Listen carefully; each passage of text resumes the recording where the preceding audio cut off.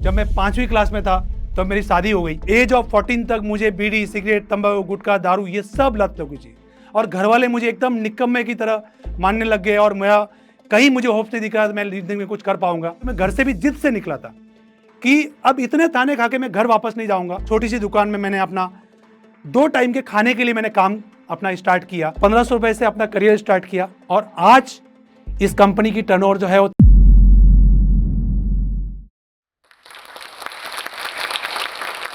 नमस्ते। आज मैं आपके सामने ऐसी कहानी लेके आ रहा हूं कि गांव की गलियों से भैंस चराने, गाय चराने से लाकर एक बिजनेस का एम्पायर खड़ा करने तक की कहानी। 1500 रुपए की हेल्पर से अपना करियर स्टार्ट करके एक 300 करोड़ तक का ऑर्गेनाइजेशन खड़ा करने की एक कहानी। उसका मेरा नाम है Ramesh Chaudhary, founder and CEO Surya electronics Maharashtra. तो मेरा बचपन ऐसा रहा क्योंकि जब मेरे मॉम डैड करीबन मेरी मॉम 45 ईयर्स की एज में थी और मेरे फादर जो है 55 ईयर्स में थे।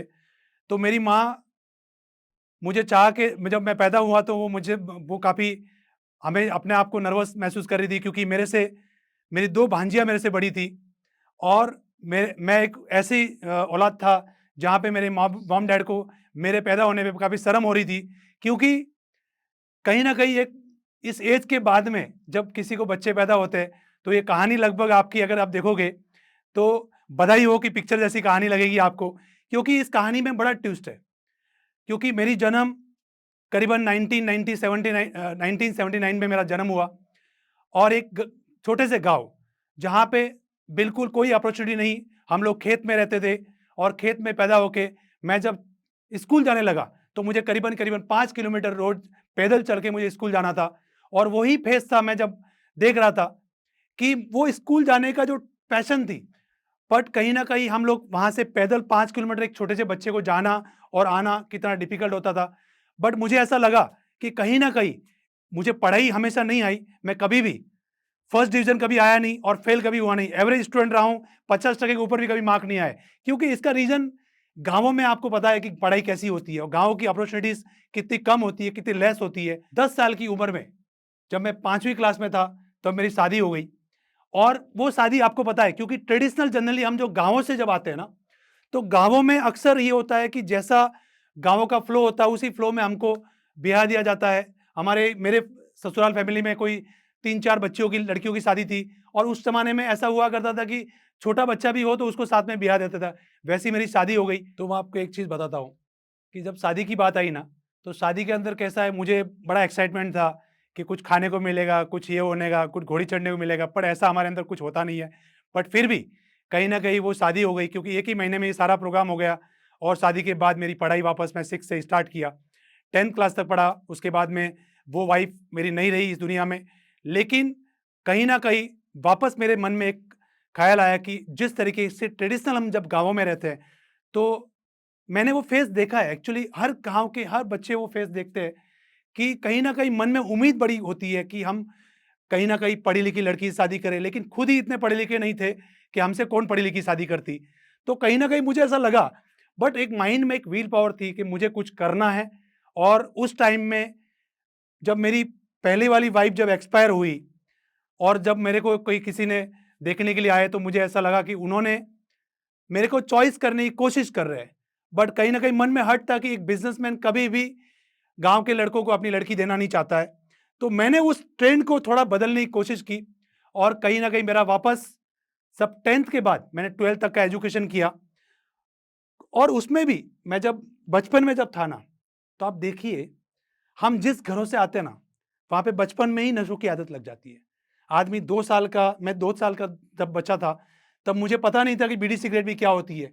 तब जो घर में बड़े लोग कोई पीते रहते हैं तो वो टुकड़े जब डालते तो हम वही टुकड़े उठाते थे और अपना पीना चालू किया। वो पीने की लत जो थी, वो एज ऑफ 14 तक मुझे बीड़ी, सिगरेट, तंबाकू, गुटखा, दारू ये सब लत लगी थी और घरवाले मुझे एकदम निकम्मे की तरह मानने लग गए और मेरा कहीं मुझे होप नहीं दिखा मैं ज़िंदगी में कुछ कर पाऊँगा। तब मेरे मॉम डैड ने परेशान होके मुझे एक ऐसे हॉस्टल में भेजा कि बस अब ये तो लड़का वैसे भी कुछ काम का नहीं है, कम से कम इसकी ज़िंदगी में कुछ तो बदलाव आएगा, एटलीस्ट हम इसको एक हॉस्टल में डाल दें। मैं उस हॉस्टल में पढ़ाई करने की अपनी शुरुआत की। मुझे पढ़ाई शुरू से कोई रुचि नहीं थी, बट पढ़ाई करते-करते जो है ये मन में था कि मुझे कुछ करना है। मैं उस हॉस्टल में गया, थोड़ा-सा अध्यात्म की तरफ मेरा नॉलेज बढ़ा और मुझे वहाँ जाके फ़ील हुआ कि कभी बुरा ना करना, बुरा ना कराना, ना बुरा करने वाले को भला जानना। ये थॉट प्रोसेस मैंने अपने माइंड में क्लियर कट बिठा दिया। इस थॉट के साथ जब मैं चलता रहा, तो मैंने पढ़ाई की या नहीं की उससे मेरे को ज़्यादा इम्पोर्टेंट नहीं। कम से कम मैं जिस हॉस्टल और जिस कल्चर में मैं जाके वहाँ पे खड़ा हुआ, वहाँ से मेरा एक नया ट्रांसफ़ॉर्म हो गया, जहाँ पे मैंने एज ऑफ 14 में बीड़ी, सिगरेट, गुटखा, तंबाकू, दारू ये सब मैंने छोड़ दिया। मैंने आज करीबन-करीबन 33 साल की एज में 33 इयर्स में मैंने कभी वापस ज़ुबान पे उसको टच नहीं किया। मैं हमेशा अपने आप से कमिटेड रहा हूँ। यही थॉट के साथ मेरा ये ट्रांसफ़ॉर्म एक हुआ। उसके बाद मैं 12th तक का एजुकेशन जैसे-तैसे करके किया। आप सोचिएगा मेरे पास सारी फैसिलिटीज़ थी, पर उसके बाद भी जब मेरे को पढ़ाई की बात आई तो मैं इंग्लिश में बाय ग्रेस पास हुआ। 10th में भी बाय ग्रेस पास हुआ और 12th में भी बाय ग्रेस पास हुआ। तो पढ़ाई के नाम पे मुझे कभी रुचि नहीं रही, बट पढ़ाई इतनी ज़रूरी थी, लेकिन फिर भी हमें पढ़ाई नहीं आई, इसका बात का हमें दुःख है। आज मैं युवाओं को यही बोलूँगा कि एटलीस्ट अपने माँ-बाप को पढ़ाई के लिए जब वो प्रेशर करते हैं या कुछ समझाते हैं तो डेफिनिटली आपने पढ़ने के लिए तो ध्यान देना चाहिए, क्योंकि पढ़ने का टाइम वापस कभी नहीं आता ज़िंदगी में। आज मुझे उस बात का पछतावा था, लेकिन हम कभी उस पछतावे को लाके लेके नहीं बैठे। मैंने ये सोचा कि चलो मेरी पढ़ाई नहीं हुई है, मुझे कुछ आता नहीं, मुझे आगे अपॉर्च्युनिटी क्या मिलेगी, नहीं मिलेगी मुझे नहीं पता था। तो मैंने छोटा-सा कुछ भी काम करना है गाँव में, तो छोटा-सा मैंने काम करना स्टार्ट किया। वो काम था इलेक्ट्रॉनिक्स रिपेयरिंग का।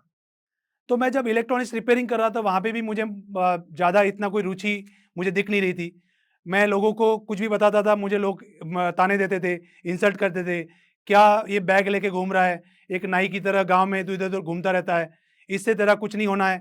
और कहीं न कहीं मॉम-डैड भी ये सोचते थे कि गाँव में रहेंगे तो कभी भी कुछ नहीं कर पाएँगे। इस तरीके से मैं रोज़ ताने खा रहा था और वो ताने खाते-खाते मुझे जब ऐसा रियलाइज़ हुआ कि मेरा करियर यहाँ पे कभी भी सुधर नहीं सकता है, मेरे को यहाँ पे कोई अपॉर्च्युनिटी ज़्यादा नहीं मिलेगी। बट कहीं न कहीं ये रोज़ मुझे खाया जाता था, तो मैं वहाँ से घर से एक दिन अचानक से मैं घर से निकल गया और घर से निकल के मैं पुणे आया और पुणे आके जब मुझे क्योंकि मुझे पता नहीं था पुणे में आके करूँगा क्या? रहूँगा कहाँ पे? कैसे रहूँगा? कैसे खाऊँगा? कैसे मेरा घर चलेगा? कैसे मेरा पेट भरूँगा? तो मुझे कहीं न कहीं एक दुकान में, छोटी-सी दुकान में मैंने अपना 2 टाइम के खाने के लिए मैंने काम अपना स्टार्ट किया और मैं करीबन-करीबन 1 साल तक उस दुकान में काम कर रहा था विदाउट एनी सैलरी। कोई मुझे होप्स नहीं था कि मुझे कुछ मिलेगा। बट हाँ, 2 टाइम मुझे खाना मिलेगा इस होप से मैं काम करता। डेली के 50 किलोमीटर मैं डेली साइकिल पे रन कर रहा था और मुझे इलेक्ट्रिकल का सामान साइकिल पे भर के लेके आना रहता था, दुकान में लाना था, दुकान में बेचता था। दिन में एटलीस्ट मैं 1 बार रोता था, क्योंकि मुझे कम से कम मेरे जो ओनर थे, वो मुझे इतने ताने देते, वो भी इतना डाँटते थे, तो मुझे कहीं न कहीं एक न दिन में 1 ना बार तो रोना आता ही आता था। मुझे घर की बहुत याद आती थी, लेकिन मैं कुछ नहीं कर सकता क्योंकि मैं घर से भी जिद से निकला था कि अब इतने ताने खा के मैं घर वापस नहीं जाऊँगा। ये थॉट प्रोसेस से जब मैं निकला और जब मैं काम कर रहा था, उस काम के अंदर मुझे लगा कि कहीं न कहीं अब मैं वापस अगर घर जाऊँगा तो मेरी इज़्ज़त कभी नहीं होगी। बट फिर भी मैं इतना फ्रस्ट्रेट हो चुका था उस काम से और मैंने आखिर 1 साल के बाद वो मन बनाया कि मैं वापस गाँव चला जाऊँ। दोस्तों, जब मैं गाँव जाने के लिए घर से वहाँ उस दुकान से जब निकला, तो कहीं दूर थोड़ी दूरी पे हमारे दामाद रहते थे। वहाँ मैं गया और उनको मैंने थोड़ा-सा डाँटा भी कि मुझे मेरे पास भाड़े जाने के लिए भाड़े के पैसे नहीं हैं। आप मुझे भाड़े के ₹500 प्रोवाइड करिए, मैं गाँव चला जाऊँगा और वापस मैं कभी भी सिटी में या कभी काम करने के लिए नहीं आऊँगा। क्योंकि कहीं न कहीं जिस तरीके के एनवायरनमेंट में मैं काम कर रहा था, जिस तरीके का ट्रीटमेंट मुझे मिल रहा था, वो एक जानवर से भी बदतर था। और सच बता रहा हूँ, मुझे वो कहीं न कहीं अंदर ही अंदर एक गिल्ट फैक्टर था कि ऐसा भी होता है क्या? कहीं पे भी ये नहीं कोई मुझे मॉरल सपोर्ट कर रहा था, कोई मुझे मॉरल अप करेगा, मुझे कोई सपोर्ट करेगा, कोई मुझे काम देगा, कोई मुझे इंस्पायर करेगा, कोई मुझे आगे लेके जाएगा। और वहाँ से मैं अपने दामाद जी को बोला, उन्होंने और वहाँ पे पहुँचने के बाद जब उनसे मैंने बोला कि मुझे गाँव जाना है, तो उन्होंने बोला, "आप घर से भी तम-तम करके आए हो, वहाँ पे भी आप बहुत रूडली घर से निकल के भाग के आए हो और वापस आप घर जाओगे, तो घरवाले बोलेंगे ये वापस आ गया और ये सबसे फेल्योर है और ये धब्बा आप कभी भी मिटा नहीं पाओगे।" और कहीं न कहीं मैं 2 दिन उनके साथ में रहा। उन्होंने मुझे बोला कि आप रेस्ट करिए, मैं आपका टिकट का बंदोबस्त करता हूँ। और उन्होंने मुझे काउंसिल किया, समझाया कि आप वापस जाओगे, आपकी इमेज कभी नहीं बन पाएगी और आप गाँव जाके कुछ नहीं कर पाओगे। कहीं न कहीं आपको वापस धक्के खाने पड़ेंगे, पूरी ज़िंदगी आप कुछ नहीं कर पाओगे और हमेशा होपलेस हो जाओगे। तो उन्होंने मुझे समझाया कि क्या आप आराम करिए और मैं आपके लिए कोई जॉब अपॉर्च्युनिटी देखूँ क्या? तो एग्जैक्टली उनके सामने एक दुकान थी पवन इलेक्ट्रॉनिक्स नाम की, जहां से मैंने अपना 1500 रुपए की जॉब से अपना करियर स्टार्ट किया और आज इस कंपनी की टर्नओवर जो है वो 300 करोड़ के आसपास की है। ये पूरी 300 करोड़ की जो जर्नी है मैं आपको बताऊंगा कि इसके पीछे कितना डेडिकेशन रहेगा, कितना थॉट प्रोसेस रहेगा, किस तरीके से कंपनी आगे बढ़ी रहेगी। मैं वहां से अपनी 1500 रुपए से करियर से जब मैंने करियर स्टार्ट किया, तो जनरली जो आदमी किसी दुकान में काम करता है ना, तो वो हमेशा एक एम्प्लॉय की तरह काम करने की कोशिश करता है। बट मैं कहीं पे भी एम्प्लॉय की सोच से काम नहीं कर रहा था। मैं उस टाइम भी जब काम करने लगा, तो मुझे क्या मिल रहा है, क्या नहीं मिल रहा है, ये मैंने कभी सोचा नहीं। मैं जो भी काम कर रहा था, पूरी जी जान से, पूरी ऑनरशिप लेके काम कर रहा था और उस काउंटर की करीबन महीने की 2-3 प्रोडक्ट की महीने की सेल हुआ करती थी और जब मैं 2 साल वहाँ पे रहा, तो उस काउंटर की सेल 150 से 200 पीस थी। सच बोलता हूँ, क्योंकि मैंने ऑनरशिप में काम किया, मुझे एप्रिसिएशन उस दुकान में मिलता गया, लेकिन फिर भी कहीं न कहीं मन में एक सैटिस्फैक्शन नहीं था कि जिस तरीके से जो मैं तो अपने आप को खड़ा कर लूँगा या मैं जॉब कर लूँगा, लेकिन मेरे जॉब करने से क्या होगा? क्या मेरे अंदर वो क्षमता है कि मैं कितने लोगों को एम्पावरमेंट कर सकता हूँ, कितने लोगों को खड़ा कर सकता हूँ? ये सोच के मैंने वहाँ 2 साल निकालने के बाद 2001 में मैंने अपनी कंपनी की शुरुआत की, छोटी-सी दुकान 200 स्क्वायर फीट की। आप सोचिए 200 स्क्वायर फीट की इलेक्ट्रॉनिक्स की दुकान में कहीं पे भी कोई भी सामान नहीं बैठता है, लेकिन मैंने अपनी 200 स्क्वायर फीट की दुकान से अपना स्टार्ट किया। वो फेज़ था। अब आप सोचोगे कि सर 200 स्क्वायर फीट की दुकान और आपने पहली कैपिटल कहाँ से लाई? तो कहीं न कहीं मैं जब गाँव से निकला था, एक इमेजिन करके निकला था कि मैं वहाँ एक पढ़ी-लिखी लड़की से शादी करूँगा, ये थॉट के साथ। तो वहाँ पे मुझे अपने आप को प्रूव करना था। आप सोचिए मैं प्रूव करने के चक्कर में आज तक अपने आप को इस तक भी पहुँचा हूँ। तो मैंने कभी भी, मुझे लगता नहीं कि मैं एक ऑर्गेनाइज़ेशन का ओनर हूँ या ये हूँ। मैं हमेशा आज भी उसी पैशन से काम कर रहा हूँ जिस दिन मैंने पहले से शुरुआत की। तो दुकान डालने से पहले मेरी एंगेजमेंट हुई और एंगेजमेंट में भी इतना बड़ा ट्विस्ट था। आपने मिस्टर एंड मिसेस खिलाड़ी पिक्चर देखी रहेगी कि कहीं न कहीं मेरे फादर इन लॉ ने मेरे को थोड़ा होप्स दिखाया मेरा एंगेजमेंट होने के बाद। उन्होंने मेरे को इतनी आर-एन-डी की, आप सोचिएगा आज तक मैंने मेरी करियर हिस्ट्री में ऐसे लोग नहीं देखे जो शादी से पहले किसी लड़की के लिए अपने दामाद की इतनी टेस्टिंग करें। मैं जहाँ पे काम कर रहा था उसके 5 किलोमीटर आगे, 5 किलोमीटर पीछे वो हमेशा लोगों को पूछते थे, लड़का क्या करता है, लड़का क्या खाता है, लड़का क्या पीता है, कैसे रहता है, कैसा बिहेव है, ये सब। जब मेरे फादर इन लॉ को थोड़ा बहुत ट्रस्ट मेरे ऊपर होने लगा, तो मुझे शादी से पहले 2-4 लाख रुपए की इन्वेस्टमेंट मुझे दी कि अगर आप इस पैसे को ब्याज के साथ आप मुझे लौटा पाओगे, तब आप लड़की को टच करना। और मैंने ये कमिटमेंट अपने आप से ली कि मैं अपना पैसे से ब्याज के साथ अपने फादर इन लॉ को पैसा रिटर्न दिया और अपनी कंपनी की शुरुआत की।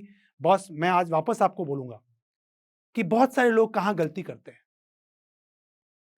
अगर किसी बंदे ने हमारे साथ में अगर इन्वेस्टमेंट की है, तो पहली कमिटमेंट होती है कि हम उसको ब्याज के साथ उसकी इन्वेस्टमेंट हम वापस लौटाएं।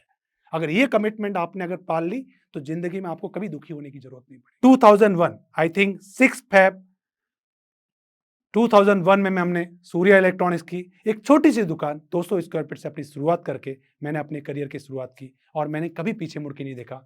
और मुझे पता है मेरे पहले साल का बिजनेस, पूरे साल का बिजनेस 1 करोड़ हुआ करता था और आज मेरा दिन का बिजनेस 1 करोड़ होता है।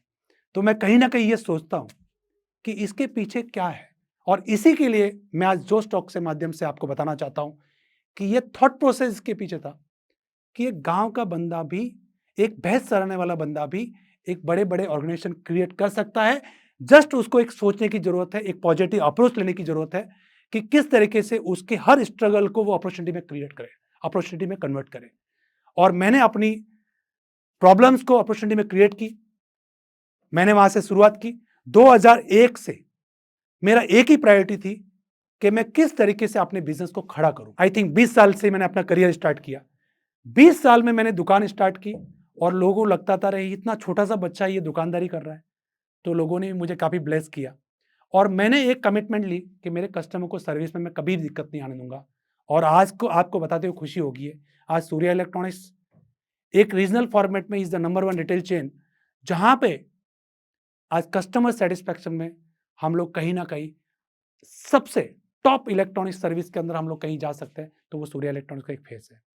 सर, मेरा कहने का मतलब इतना है कि जिस तरीके से मैंने कस्टमर को फोकस बनाया, और बड़े बड़े ब्रांड, कभी कभी क्या होता है ना, हमारे जैसे से जो गांव से लोग आते हैं वो कैसे ब्रांड क्रिएट करते हैं। आपके ब्रांड के पीछे अगर माउथ पब्लिसिटी ज्यादा है तो कहीं ना कहीं माउथ टू माउथ पब्लिसिटी होने से ब्रांड कभी ना कभी, आज नहीं तो कल, बन ही जाएगा। बहुत सारे लोग गलती क्या करते हैं ना, दुकान बड़ी छोटी होने दो लेकिन कस्टमर पे ध्यान नहीं देते और बाकी अदर एक्टिविटीज में ज्यादा ध्यान देते। मैंने हमेशा कस्टमर प्रायोरिटी रखी और कस्टमर को सर्विस देने में बिलीव किया, कस्टमर को अच्छी रेंज देने में बिलीव किया, कस्टमर को अच्छा प्रोडक्ट, अच्छी क्वालिटी के प्रोडक्ट, ब्रांडेड प्रोडक्ट और इन सब देते देते आज करीबन 2001 से लाकर 2014 तक हमने सिंगल ब्रांड हमारा बेस बनाने में लगाया। आपको पता है इस फेज के अंदर कितनी सारी प्रॉब्लम्स आई। 2001 में हमने 1 करोड़ का बिजनेस था, 2002 में 2 करोड़ का था, 3 करोड़ था, 4 करोड़ था। 2008 आते आते मेरी कंपनी का टर्नओवर था 8 करोड़ रुपए का और उस टाइम में फाइनेंशियल क्राइसिस आ गया।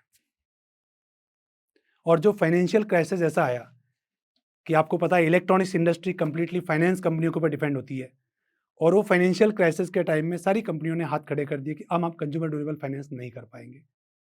और उस टाइम में क्योंकि मैंने हमेशा अपने काम ऑनेस्टी और ऑनरशिप से किया था, तो मैंने वो कंपनियों से भी थोड़ा सा आर्ग्यूमेंट भी किया, उनसे सलाह भी ली और कहीं ना कहीं उसका सोल्यूशन निकाला। और 2008 में सारा फाइनेंशियल मार्केट कोलैप्स होते जा रहा था। उस टाइम में मैंने अपनी फाइनेंस कंपनी चालू करके बजाज फाइनेंस के साथ एक जेवी करके हमने महाराष्ट्र में एक ऐसी डीलरशिप स्थापित की जहां पे कंज्यूमर को हम फाइनेंस कर रहे थे और बजाज फाइनेंस हमको सपोर्ट कर रहा था और उस कस्टमर को कोई दिक्कत नहीं थी, उनका कलेक्शन हम कर रहे थे।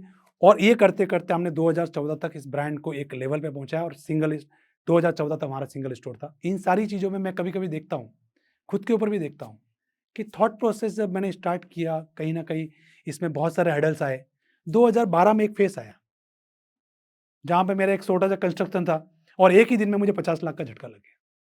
उस टाइम में वो पैसे बहुत बड़े हुआ करते और वो पैसे से मेरी पूरी टीम मेरे पास आके रोई कि सर बहुत नुकसान हो गया आपका, ये हो गया वो गया। मैंने बोला बेटा दूसरे दिन मैं ऑफिस में रहूंगा और आपके सामने रहूंगा और उसी पैशन के साथ काम करूंगा।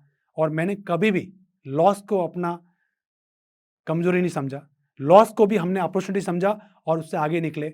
और कहीं ना कहीं 2015 तक एक ब्रांच, उसके बाद 2, 3, 4, 5, आज हम 2024 में बैठे हुए। आज हमारी करीबन 13 ब्रांचेस है और बाकी तो एक्सपांशन मोड में ये कंपनी चल ही रही है। तो मैं आपको वापस अपने गांव लेके जाता हूँ।